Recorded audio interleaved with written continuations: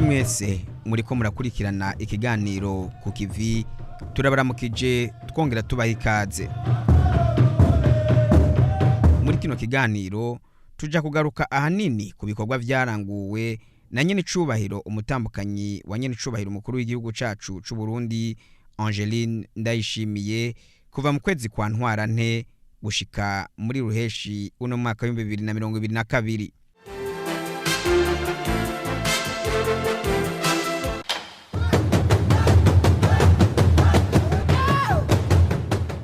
Kino kiganiro cacu reka tugitangurire mu bijanye n'imigenderanire.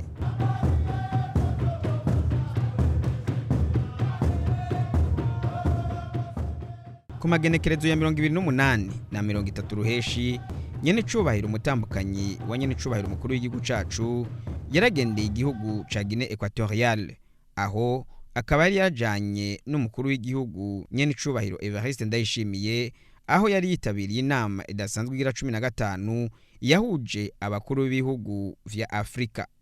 Umutambukanyi w'umukuru w'igihugu akaba nawe yari yitabiriye inama yahuza abatambukanye b'abakuru b'ibihugu bahurikiye mu ishirahamwe Mipreda, ishirahamwe ry'abatambukanyi b'abakuru b'ibihugu gishinze guharanira amahoro muri Afrika.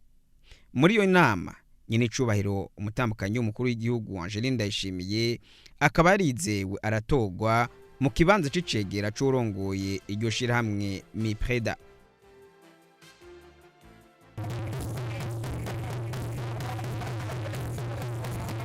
Baganutse nyene icubahiro umukuru w'igihugu Ndayishimiye yavuze ko ivyo vyerekana ko Uburundi bushishikara bwizegwa mu makungu. Abakuru b'ibihugu igihe twari turi mu nama n'abatambukanye b'abakuru b'ibihugu nabo bari mu yindi nama, kuko nabo nyene twari twahuye, bikaba vyanatumye ndetse novuga nti yari inama twari turimo idasanzwe, kuko twarumvirije n'icegeranyo cavuye mu butumwa bw'amahoro bw'abatambukanye b'abakuru b'ibihugu ngaha muri Afrika.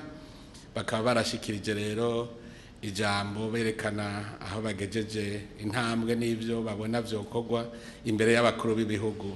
Ivyo ntivyari bisanzwe, kuko nabo baciye baja kugira inama yabo, bakaba mbere baciye batora umutambukanyi w'igihugu c'u Burundi ngo aba ariwe acaba icegera c'ubusanzwe arongoye ubwo butumwa bw'amahoro bw'abatambukanyi bo muri Afrika.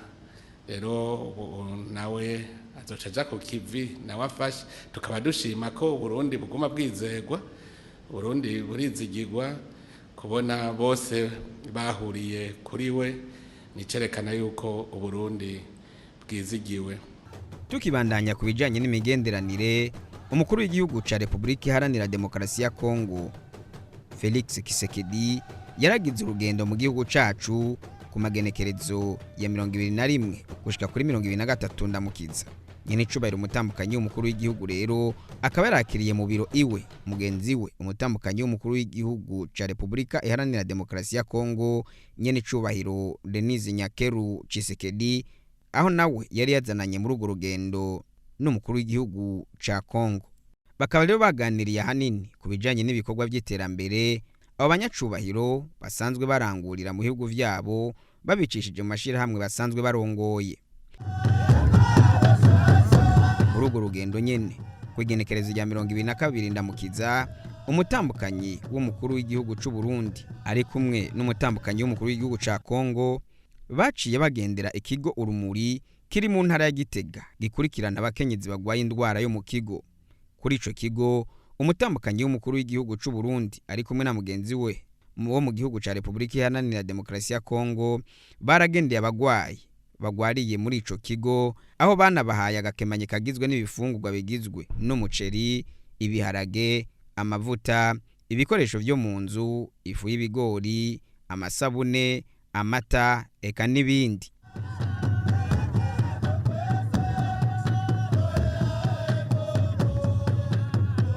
Muri ico kibanza umutambukanyi w'umukuru w'igihugu ca Kongo nyene icubahiro Denis Nyakeru Tshisekedi yabwiye abo bagwariye muri ico kigo ko kwama bizeye Imana kandi ko bazokira. Akaba rero yarateye intege mutambukanyi w'umukuru w'igihugu c'u Burundi nyene cubahiro Angeline Ndayishimiye kuri ico gikorwa ciza asanzwe arangurira abene gihugu. Urugendo rw'uwo munsi rero bakaba barubandanirije kuri polyclinique umugira neza iri mu Kibimba, ni muri commune Giheta y'intara ya Gitega, yegukira Fondation Bonne Action umugira neza isanzwe irongowe n'umutambukanyi w'umukuru w'igihugu Angeline Ndayishimiye. Aho naho umutambukanyi w'umukuru w'igihugu cacu akaba yabanje gutembereza mugenzi w'igihugu ca Republika Iharanira Demokarasi ya Kongo muri iyo nyubako, aho igikorwa c'uwo munsi casozerewe no mubonano udasanzwe abatambukanyi b'abakuru b'ibihugu babiri bari kumwe n'abaje babaherekeje bagiraniye. Muri uwo mubonano hanini bariko baraganira ku bijanye n'ibikorwa basanzwe barangura biciye mu mashirahamwe barongoye.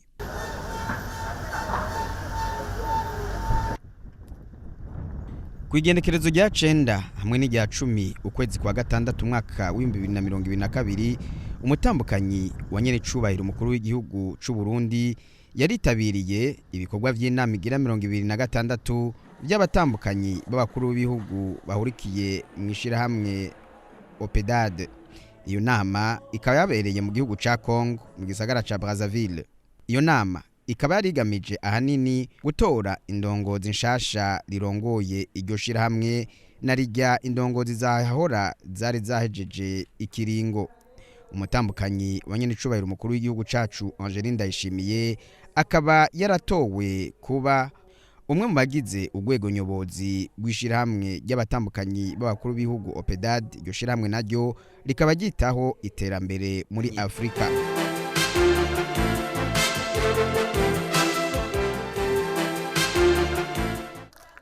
Agarutse mu Burundi kwigenekerezo rya 13 ukwezi kwa gatandatu umwaka wa 2022 umutambukanyi wa nyene cubahiro umukuru w'igihugu yaranezerejwe nuko urwo rugendo rwagenze, akaba yakiriwe n'abakenyezi b'indongozi batandukanye ku kibuga c'indege c'i Bujumbura.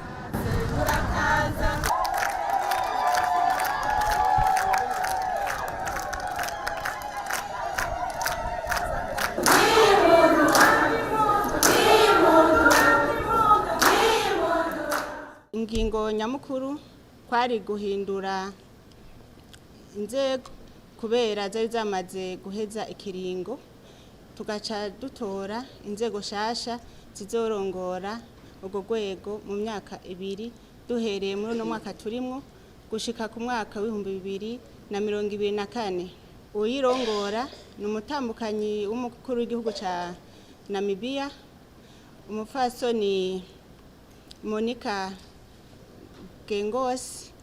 Icegera ciwe nawe n'umutambukanyi w'umukuru w'igihugu ca Kongo aho hakurya Tshisekedi Denise Nyakero niwe agiye kuturongora afadikanije n'umutambukanyi w'umukuru w'igihugu ca Namibia. Rero natwe twagiriwe amahirwe yo gutorwa mu rwego nyobozi ruzofashanya nabo bagiye kuturongora muri iki kiringo c'imyaka 2. Iyo nama rero twarashoboye kwiga ingene ubutunzi bwakoze muri imyaka 2 irangiye, twongera turiga turemeza n'ubutunzi bugiye gukora muri iyi myaka 2 twimirije. Karabaye akaryo keza ko kubonana n'abandi bavukanyi, twaraganiriye umwe wese kuvyo akora mu gihugu arimwo.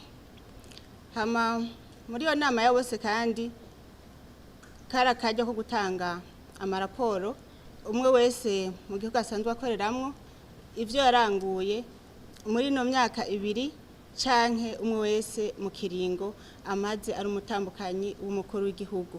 Twese hamwe twarabonye ko turi ku kivi, ari naco gituma hari hatumiwe n'abahinga bakomeye mu vy'amagara y'abantu, harimo abashikiranganje b'amagara y'abantu n'abari mu gisata c'ubumwe bwa Afrika. Bose barazanye intererano zikomeye kandi zizotwungura kurangura imigambi. Icivugo ciyo nama ya bose idasanzwe cavuga kiti imyaka 20 OPEDAD iri ku kivi na cane ishigikira abantu aho nikora. nka jewe ku bwanje nabonye ko twese duhuriye kuri kimwe. Abantu aho nikora ni ikintu nkoramutima kuri muntu wese, nabo gushigikirwa ku mpande zose. Muhava muvuga muti kubeka ico civugo gishimikiye kuri bantu aho nikora.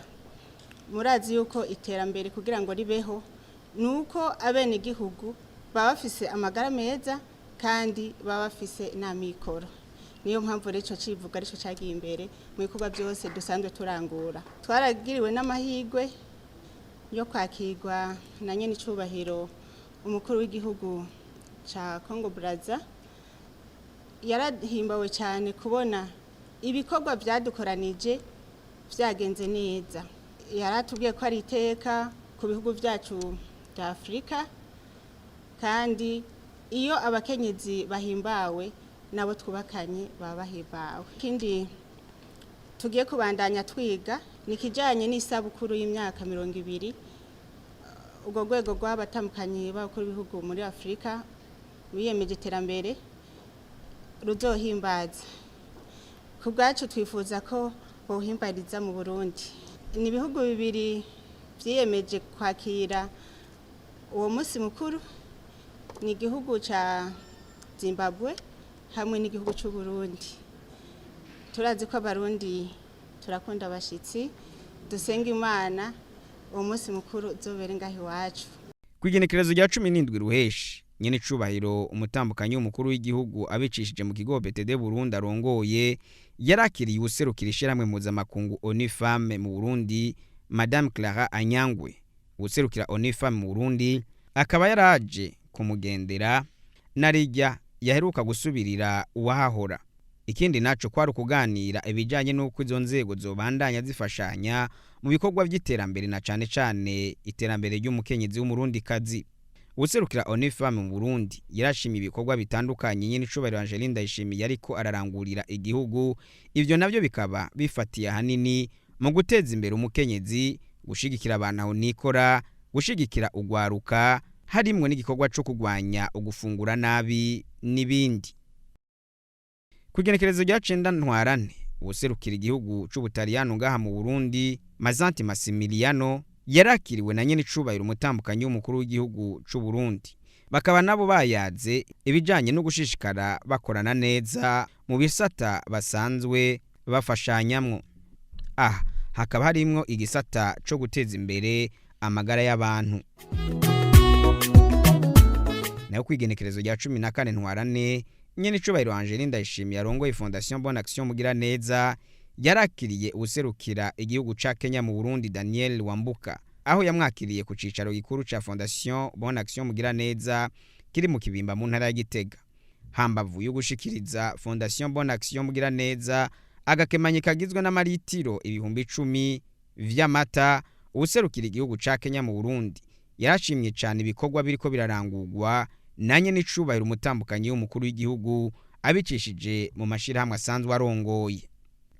Akaba rero yamenyesheje ko iyo ngabire yashikirijwe mu ntumbero yo gutsimbataza ubucuti bwiza busanzwe burangwa muri ivyo bihugu bibiri.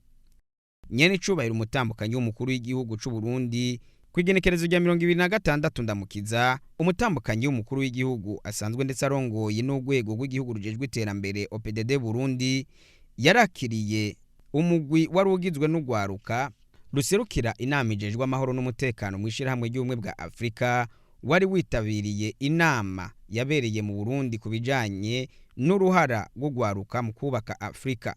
Uwo mugwi ukaba rurongowe na Ambassadeur Wirinyamitwe aserukira Burundi muri Ethiopia, aho gwaruka gwashimiye umutambukanyi w'umukuru w'igihugu ku butwari n'ubukerebutsi bwiwe mu guteza imbere igihugu, eka ndetse n'ugwaruka mbere banamwemerera ko bazokorana n'ikigo PDD Burundi mu migambi itandukanye y'iterambere ku mwene gihugu hadayibagiwe ugwaruka.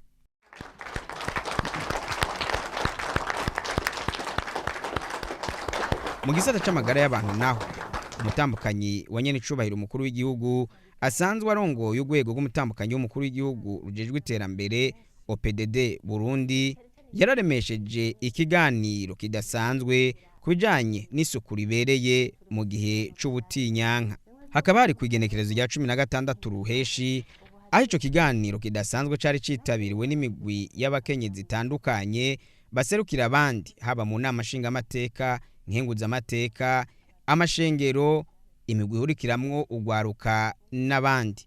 Umutambukanyi w'umukuru w'igihugu akaba rero yararonse akanya ko gusigurira abarundi muri rusange carico ubutinyanka, avuga kandi n'igituma imiryango ikwiye kubahuka kuganira ico kibazo mu muryango, abana bagakura babizi cyane cyane ababigeme, kugira ngo umwana ntashike ku kubona amaraso ubwa mbere atazi bijanye n'isuku ribereye mu gihe c'ubutinyanka.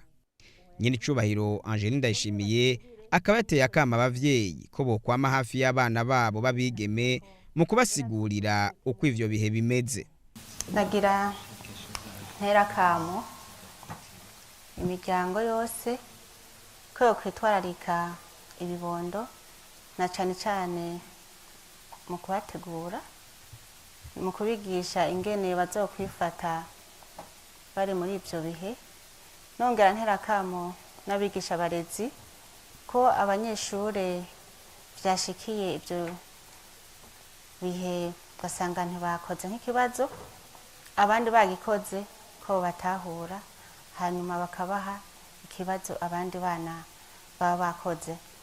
Hama kandi kamo nteye abigisha abarezi kutajagagura umwana iyo yasamaye akava muhira atiteguye, kira noneho hari igihe ataba yasamaye bishobora kuza ari kw'ishure aho yo mubungabunze nk'uwiwe ugasanga ko amwagiriza ko ari umwana agataha umutima wavyimvye. Ni navyo bituma umwana adasaba kwiyumvira gusubira kw'ishure kuko abazi ko ivyo bintu avyisanzemwo, ariko Imana yamuremye nawe nyene abashaka kuva muhira yiteguye. Aho rero ni umwanya kubigendera kugira abana bacu bige baze bigishe n'abandi. Muri ico kiganiro abatari bake barashinze intahe yuko gene vyabagendeye umunsi wa mbere baja mu butinyanka, mbere bongera banatanga n'intererano kugira ngo ingorane abana babigeme bakunda guhura mu gihe ari ubwa mbere babigiye mu butinyanka zihere. Kwigenekerezo rya 3 ukwezi kwa 6 rero niho habaye uguhimbaza nyezina umunsi mpuzamakungu wahariwe isuku ribereye mu gihe c'ubutinyanka. Uwo munsi mukuru ukaba wabereye mu ntara ya Ngozi. Mu ijambo ryiwe umutambukanyi wa nyene icubahiro umukuru w'igihugu Angeline Ndayishimiye yahamagariye abavyeyi eka ndetse n'abarezi kwama bitwararika abana bakiri bato kugira ngo abana baba bari ku mashure canke abandi baronke amakuru akwiye kubijanye n'isuku ribereye mu gihe c'ubutinyanka, gutyo ntibakumigwe mu bikorwa bimwe bimwe canke bonyene ngo bikumire. Igihe c'ubutinyanka ku mukenyezi ni kiringo gisaba umwitwarariko no kugira isuku ribereye ukoresheje udutambara twabigenewe canke n'utundi dukoresho twabigenewe kugira ngo umwana w'umwigeme canke umukenyezi agume yorohewe mu bikorwa vyiwe vya misi yose. Biracibonekeza yuko hakiri agahaze ku mwigeme mu bijanye no kwitunganya mu gihe c'ubutinyanka. Ivyo bikaba bijanye n'imico n'imigenzo iguma yerekana yuko ari binyegezwa canke ibitera soni. Kwigenekerezo rya 18 Rusama mwaka wa 2022 nyene icubahiro Angeline Ndayishimiye asanzwe aserukira mu Burundi ishirahamwe Merck Foundation yaritabiriye inama biciye ku buhinga ngurukana bumenyi video conference mu gifaransa yatunganijwe n'ishirahamwe Merck Foundation. Muri iyo nama nyene icubahiro Angeline Ndayishimiye akaba yarashikirije ivyaranguwe biciye mu gufashanya hagati ya Fondation Bonne Action mugira neza hamwe na Merck Foundation na cane cane mu bisata vy'indero, amagara y'abantu hamwe no guhimiriza bene igihugu mu byo kwiteza imbere biciye mu bimenyesha makuru.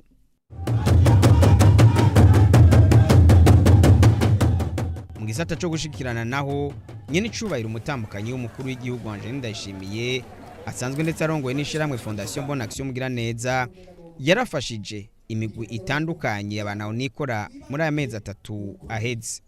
Aho akaba yagiye abashiriye imfashanyo igizwe n'ibifungurwa bitandukanye bizogenda birabafasha mu kugaburira abana canke mu gufasha imiryango. Aho naho akaba yagiye abashiriye imfashanyo igizwe n'ibifungurwa bitandukanye kugira ngo bibafashe kubaho. Mama mudira neza amasimeki haguruka abaduka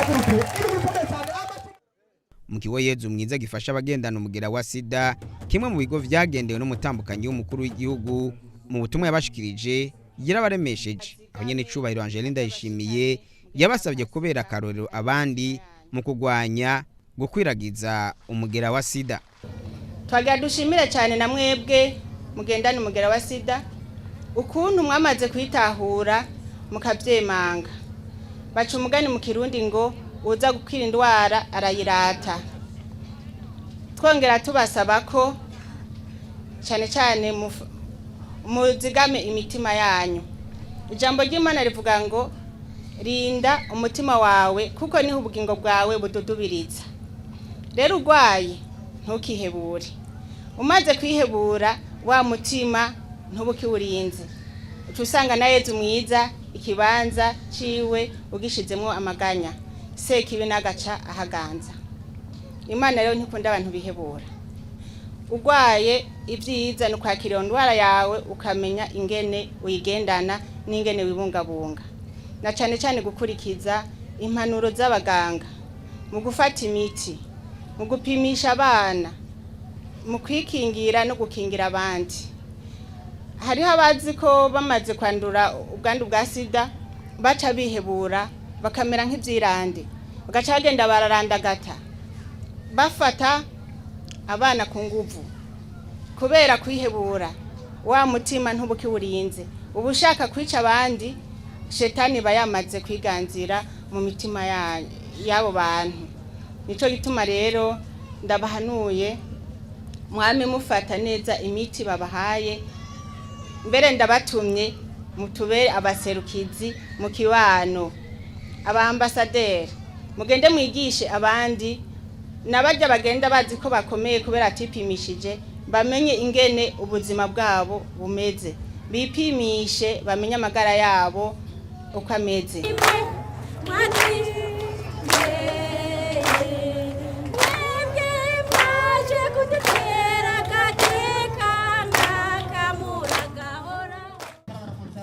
Mu gisata c'indero, umutambukanyi w'umukuru w'igihugu c'u Burundi asanzwe arongoye n'urwego rw'umutambukanyi w'umukuru w'igihugu rujejwe iterambere OPDD Burundi yarateye iteka ibirori byo guhimbaza umunsi mukuru nyafrika wahariwe gufungurira abana ku mashure wabereye muri komine Busoni intara ya Kirundo. Hakaba hari kugenekerezo rya 24 Rusama umwaka wa 2022. Mu ijambo yashikirije nyene cubahiro umutambukanyi w'umukuru w'igihugu asanzwe mbere ari n'umuhetsi wo mugambi wo gufungurira abana mu mashure, yahamagariye abafasha muri uwo mugambi kongereza uburyo butangwa kugira ngo ihangiro ryo gufungurira abana bose mu mashure rishikwe ko neza.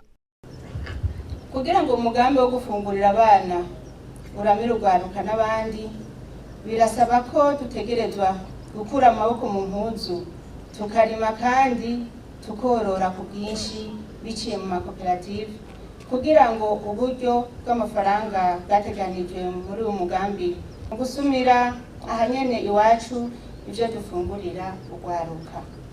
Turashimiye ishirahamwe mpuzamakungu PAMU n'ubushikiranganji bw'indero n'ubushakashatsi ko baheruka kwerekana neza urugero rw'ibifungurwa bikenewe kugira ngo muri iyi myaka 3 iza n'ubu turimwo urimwo. Turashimiye cyane Leta Zunze Ubumwe za Amerika ku twigoro two gushigikira umugambi. Tukaba twagira twamenyeshe kandi ko Leta Zunze Ubumwe za Amerika zemeye gushigikira uno umugambi ku miliyoni zishika 25 z'amafaranga y'abanyamerika. Twifuza gufungurira abana ifungurwa zikwije vyangombwa byose. Naco gituma igifungurwa c'ikizinu tuguruje icese muno mugambi wo gufungurira abana ko nacyo cyo kwinjira mu bifungurwa abana bazoza barafungura. Turashimiye byimva mutima ishirahamwe pamu ryatanze uburyo bujanye no kugura ico gifungurwa c'ikizinu, turisaba kubandanya no mu myaka igiye kuza. Tukaba twizeye ko umugambi wo gufungura ikizinu udaciye uhagararira ngaha. Abaserukira amashirahamwe mpuzamakungu atandukanye asanzwe afasha muri uwo mugambi co kimwe n'ibihugu bose barashimiye leta y'u Burundi ko kugene yitwaritse indero y'ugwaruka muri rusangi naho tugorane tutabuze. Bose bakaba biyemeje kurushirizaho gutanga uburyo bwo gushigikira umugambi wo gufungurira abana mu mashure.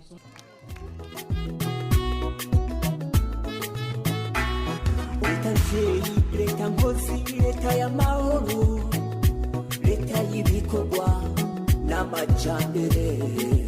Bakunzi b'ikiganiro ku kivi, ni no kuri iyo nkuru duce turangiriza ko ikiganiro twariko turabashikiriza. Imana nyine amahoro ishishikari hezagira ibikorwa by'intoke zanyu, izigame abarundi n'Uburundi. Murakoze. Leta y'ibikorwa n'amajambere, ibikorwa vyawe na